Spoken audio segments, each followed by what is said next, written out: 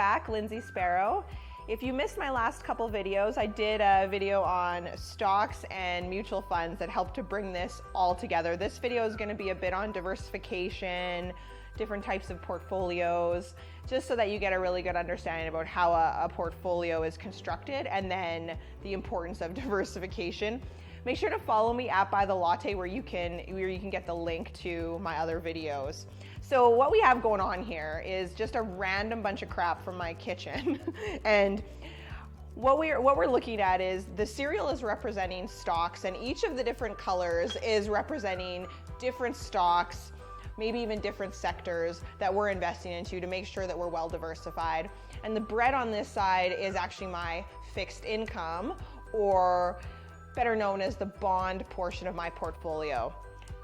The more bread you have, the more conservative your portfolio is. The more stocks you have, the more aggressive your portfolio becomes, but also the more growth you're going to get from your portfolio over time. The shorter time that you have to invest, the more bread you should have.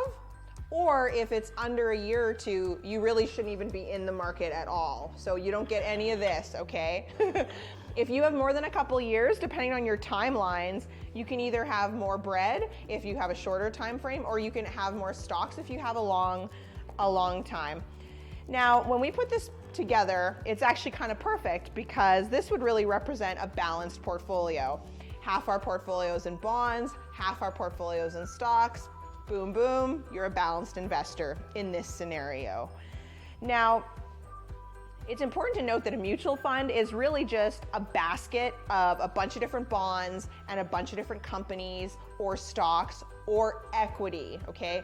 Equity, stocks, growth, bonds, fixed income, more conservative, more security, okay? So when you have a mutual fund portfolio, what happens is you actually have you could have upwards of 1,000 companies or 1,000 different investments or more, where actually if you have, let's say, $100,000 invested, you would have actually less than 1% of your money exposed to one particular company.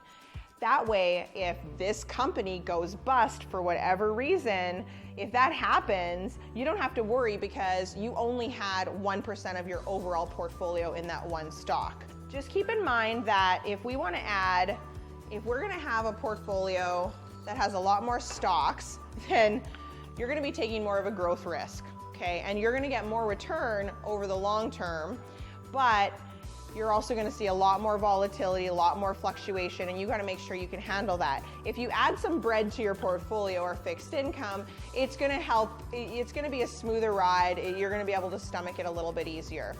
Now, one important thing, and where mutual funds have really got a bad reputation, is the amount of fees that some mutual funds can charge. So it's very important that you do have a conversation with your advisor, or you look and you see what all the fees are within the portfolio that you're choosing, or what the advisor is charging. Here's a simple way to look at it. If we have some stocks and bonds, what's going to happen over time is you should make more return here, and you're going to make a little less return here. But what happens is your investment's going to keep compounding and growing over time. If we go through a bad market, you're going to see that come down. Don't sell in panic. Please stay the course, because it's really investing over the long term. If you've got time with your money, you don't have to react to short-term market fluctuations. But what happens with fees is that literally, depending on how much you're paying, it could be taking away, say, this part of your portfolio. So instead of having, more growing and it getting bigger, if your fees are larger, all that's happening is your return is less. So the importance of knowing what your fees are is critical. And I think you should question if the fees are way too low or seem really low, but you should also be questioning if the fees are too high. Make sure you're getting value for your money. The other cool thing is every portfolio should have a track record. So there's a lot of different mutual funds that have been around for many, many years, 10, 20 plus years.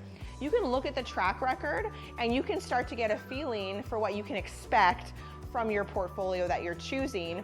And you can also look at the really bad years, like you can look at what happened in 2018, what happened in 2008, so that you're really prepared that if you go through a rough market, that's what you could expect to see. You could expect to see that portfolio, say, drop 10% in a bad market.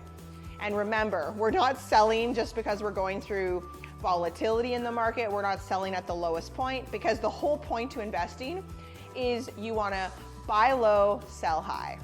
To learn more about mutual funds, follow me on Instagram at @BuyTheLatte and check out my YouTube channel. And remember, invest so you can keep buying that latte.